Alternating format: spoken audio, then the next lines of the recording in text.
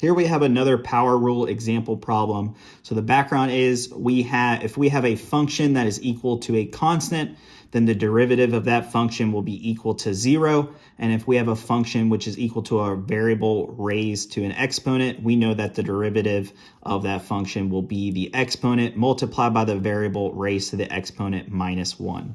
So our example problem, we have f of x, which is equal to the cube root of x squared, all of that multiplied by 2x minus x squared, and we want to know what the derivative of that function is.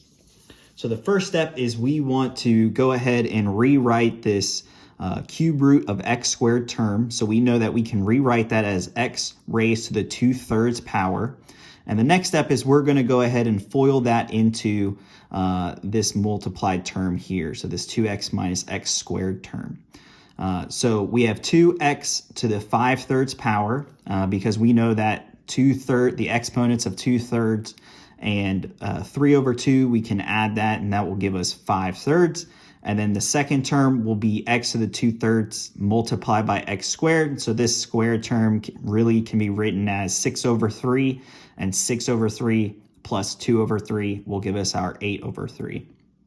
Then this is really simple. We can go ahead and just use our power rule to take the derivative. So we know that we'll have 2 multiplied by 5/3, x to the 5/3 minus 1.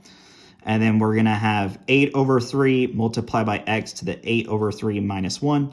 And the last step is really just simplifying these exponent terms. So we have 5/3 minus 1, which is really just 5/3 minus 3/3, and that will give us 2/3. Then we have 8/3 minus 1, which is really 8/3 minus 3/3, and that will give us 5/3.